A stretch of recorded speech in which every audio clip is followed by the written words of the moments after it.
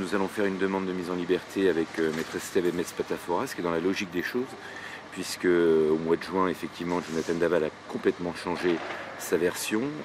Il met en avant le fait qu'il n'est pas l'auteur de la mort d'Alexia et que dans la logique des choses, c'est toujours comme ça qu'on procède dans un dossier criminel. Lorsqu'une personne revendique son innocence, eh bien, il est bien évident qu'on fait une demande de mise en liberté.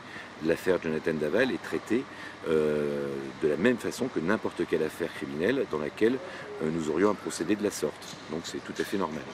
Alors, on ne va pas présumer ce qui va se passer, mais la remise en liberté de Jonathan Daval, c'est peut-être délicat pour sa santé à lui, par exemple. C'est quelqu'un qui était assez fragile. Il y a plusieurs questions qui vont se poser. D'abord, le juge d'instruction, bien évidemment, va analyser cette demande par rapport aux faits, même si ce n'est pas l'objet de la demande, puisque c'est avant dire droit. Et deuxièmement, il y a des paramètres de l'article 144 du Code de procédure pénale où on se pose des questions, et notamment des questions sur la sécurité de Jonathan Daval qui vont naturellement se poser.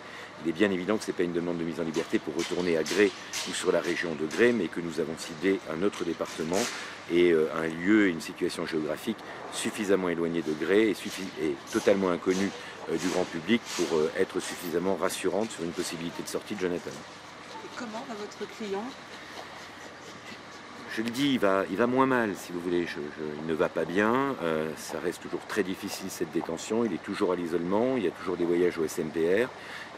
Il reste toujours particulièrement amaigri. Et il est bien évident que c'est une situation très compliquée pour lui et très compliquée pour sa famille aussi.